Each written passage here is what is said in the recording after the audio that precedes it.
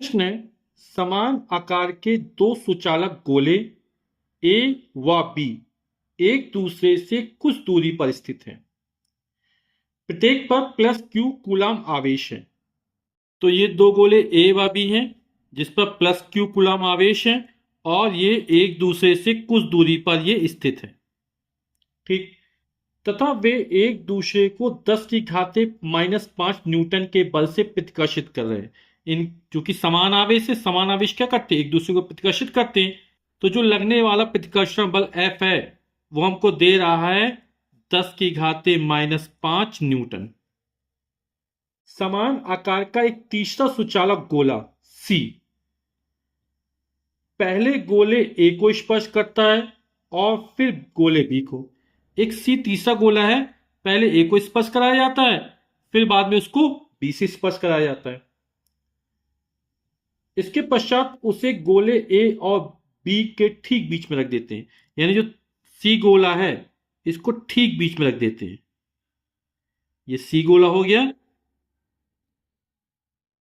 और जब ये ठीक बीच में रखा जाए, माना इन दोनों के बीच की दूरी कितनी R है ना, तो यहां से इसके बीच की दूरी R/2 हो जाएगी और ये दूरी भी R/2 हो जाएगी। पूरी दूरी कितनी मानी हमने, R मानी। ए और बी के बीच की दूरी कितनी है, R है।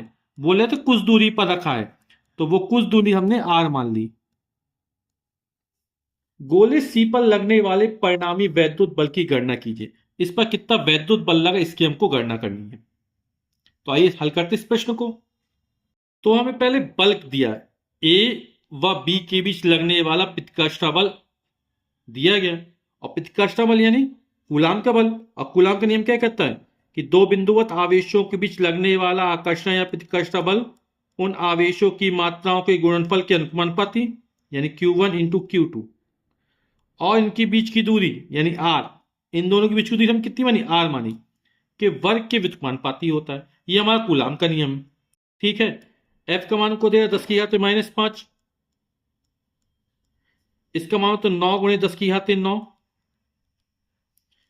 Q1 और Q2 दोनों के मान Q है बटे R²। तो Q into Q square upon R² बराबर कितना हो जाएगा, इसकी वैल्यू निकालनी है, ये इसके बटे में जाएगा तो हो जाएगा 10 की घाते -5, ये पूरी संख्या बटे में जाएगी 9 गुणे 10 की घाते 9। ठीक। 10 की घाते 9 ऊपर पहुंचेगा तो प्लस का माइनस का हो जाएगा, है ना। तो इसको लिख सकते हैं 1/9 गुणे 10 की घाते 9 5 14 माइनस का 14। तो Q² अपॉन R² का मान हमारा ये इतना निकला 1/9 गुणे 10 की घाते -14। ठीक है। अब हमसे क्या कह रहा कि जो सुचालक गोला C है पहले गोले A को स्पर्श करता है ना। इस पर भी सुचालक गोला आवेश कुछ नहीं, आवेश कितना हो 0 होगा। जब A को स्पर्श कराया जाएगा तो दोनों पर जैसे स्पर्श कराएंगे आवेश समान रूप से वितरित हो जाएगा। यानी दोनों गोलों पर आवेश कैसा हो जाएगा, समान हो जाएगा, है ना। तो जब इसको A से स्पर्श कराया जाए तब कितना आवेश आ जाएगा दोनों पर, तो A से स्पर्श कराएंगे तो इन दोनों पर समान आवेश आ जाएगा। तो QA पर कितना हो जाएगा आवेश, इस पर Q है A पर, C पर 0 है, इस पर कोई आवेश नहीं, अभी इस पर Q आवेश था, दोनों को जोड़ा 2 का भाग कर दिया क्योंकि दोनों पर परिमाण समान आ जाएंगे तो Q + 0 Q/2 हो जाएगा, है ना। यानी A और C गोलों पर आवेश कितना Q/2 हो जाएगा। क्या कह रहा, अब C गोले को B से स्पर्श कराया जाता है ना। तो अब गोले B से स्पर्श करने पर क्या होगा, अब इस पर Q/2 आवेश आ गया, है ना, और यहां पर B पर Q आवेश है। तो जैसे स्पर्श करें दोनों पर आवेश समान हो जाएगा, यानी दोनों आवेशों को जोड़ेंगे और 2 का भाग कर देंगे तो कितना आवेश हो जाएगा। अब QB और QC दोनों पर आवेश समान रहेगा तो हम डायरेक्ट लिखते QB बराबर QC, दोनों पर आवेश के परिमाण समान कितने हो जाएंगे, B पर अभी आवेश Q है और C पर कितना आ गया था, Q/2 आ गया था बटे 2। तो 1 प्लस आधा कितना हो, 3/2 हो जाएगा। तो 3Q/2 अपॉन में 2 पहले से था, इसको हल करें 2 1 कम 2 और +1 3/2 हो जाएगा। 2 में 2 गुण हो जाएगा तो हो जाएगा 3q/4। ठीक, तो अब नई कंडीशन के अनुसार इस पर जो आवेश है फिर से चित्र बना देते हैं आपको। तो जब गोले सी पर, जिस पर कोई आवेश नहीं था, है ना, ए से स्पर्श कराया जाता तो आवेश कितना हो जाता है, दोनों पर q/2 आवेश आ जाता है। फिर सी गोले को बी से स्पर्श कराया जाता है तो कितना आवेश हो गया था, 3q/4 और 3q/4, और इसको ठीक बीच में रख दिया जाता है, यानी बीच की दूरी कितनी है, r/2 है। अब क्या रहा, सी पर परिणामी बल का मान ज्ञात करना है, तो हमें सी पर परिणामी वैद्युत बल ज्ञात करना है। तो हम ए के कारण सी पर बल निकालते हैं, बी के कारण सी पर बल निकालते हैं, है ना। तो पहले ए के कारण सी पर लगने वाला वैद्युत बल, तो ए के कारण सी पर लगने वाला वैद्युत बल FAC कर दिया, 1/4πε0 Q1। Q1 का मानो Q/2 हो जाएगा, या QA लिख देते, QA QC, और बीच की दूरी r/2 का होल ऑफ स्क्वायर। ए से सी के बीच की दिशा क्या हो जाएगी, ये प्रत्येक आवेश कैसे हैं, धनावेशित हैं, तो ए के कारण सी पर लगने वाला बल और धनावेश का बल की दिशा क्या बाहर की तरफ होती है, धनावेश से दूर होती है, तो ये बल हो जाएगा FAC। दिशा क्या हो जाएगी, ए से बी की ओर या ए से सी की ओर। तो 1/4πε0 का मान 9 × 10⁻⁹, QA का मान q/2, QC का मान 3q/4, इसका वर्ग करेंगे तो हो जाएगा r² और 2 का वर्ग 4, तो हो जाएगा 9 × 10⁻⁹। r²/4 है, ऊपर ये संख्या पलट जाएगी तो हो जाएगा 4/r²। q into Q, q² हो जाएगा 3q², 4 दूनी 8, 4 एकम 4, 4 दूनी 8, 2 बार जाएगा ये, तो ये लेकिन 3/2 हो जाएगा, तो 9 × 3/2 × 10⁻⁹, और ये है q²/r²। तो 9 × 3/2 × 10⁻⁹, और q²/r² का मान निकाला था अपने, कितना निकला था ये, 1/9 × 10⁻⁻14, तो हो जाएगा, इसकी जगह रख देंगे 1/9 × 10⁻⁻14, 9 से 9 कैंसिल हो जाएगा, 3/2 यानी 1.5 गुणे 10⁻⁹ या 10⁻⁻14, आधार समान है, गुणा में घाते जोड़ेंगे तो 9 में जब -14 जोड़ेंगे तो कितना बचे, 9 × 5 = 14, माइनस का 5 आ जाएगा, और बल का मात्रक न्यूटन, और दिशा क्या होगी, ए से सी की ओर होगी। हमने ए के कारण सी पर लगने वाला वैद्युत बल निकाल लिया, अब बी के कारण सी पर लगने वाला वैद्युत बल निकालेंगे, ये भी धनावेशित कण है, तो वैद्युत बल की दिशा इसी रेखा के अनुदिश होगी, और धनावेश के कारण धनावेश से दूर, क्योंकि सी पर निकालना है तो इस दिशा में होगी, और बी के कारण सी पर ये हो जाए FBC, दिशा बी से सी की ओर हो जाएगी।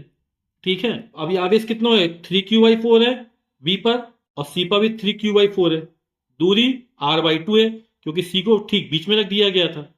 FBC बराबर हो जाएगा 1/4πε0 QB इंटू QC अपॉन, बीच की दूरी r/2 हो गई तो r/2 का स्क्वायर, 1/4πε0 को 9 × 10⁻⁹, QB का मान था 3q/4, QC का मान भी 3q/4, और r/2 का स्क्वायर r²/4 हो जाएगा, तो हो जाएगा 9 × 10⁻⁹, 3 × 3 = 9, 4 × 4 = 16, ये हो जाएगा q², बटे की संख्या पलटेगी, ऊपर जाकर गुणा हो जाएगा तो r²/4 तो हो जाएगा 4/r²,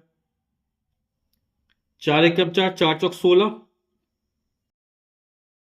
तो 9 × 10⁻⁹, ये बचेगा 9/4, 4 एकम 4 × 16, 9/4, q²/r²।